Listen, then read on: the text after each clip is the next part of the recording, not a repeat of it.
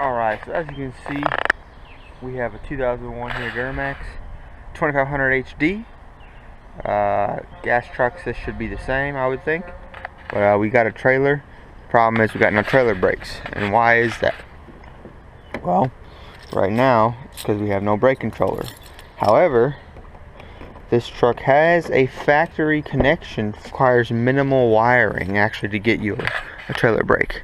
So take your brake controller. We're going to use this P3 right here, 90195. Got it from E-Trailer. And then also you need, for this particular truck, you need the 3015P GM brake control harness. And they say it's plug and play because it is. There's a box right here that if you undo this screw, there is a factory plug .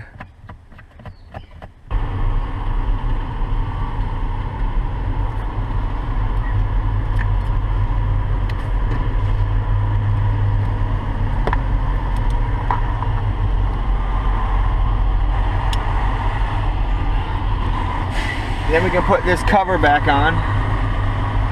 We need to pick our mounting spot, and I'm going to use the big bracket and just screw into the side right here. It goes right up and over, and I'll use one of these so it's adjustable. This little one,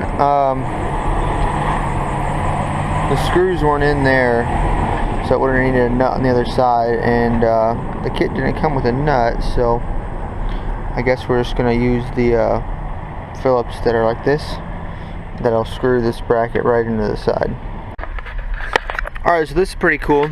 I've got it on. I have no zip ties right now up there. This cable is like perfect length to reach right in the middle. I'm going to have to figure out how to set each of the boost levels so I can have it saved in there, which I haven't figured out yet. But obviously this is the manual override. So right now I have max setting at 3, and there's my 3.2 is my where I have it set right now. So that means max would go to 3. I'll have to do some directions reading to get it to where I need to, but it should be working. And right now there's nothing on the trailer, so even if I have to adjust it each time, I don't tell often enough that it's a big deal. But since it does come with the savable directions, we'll use that at some point. But for right now, at least I got some brakes.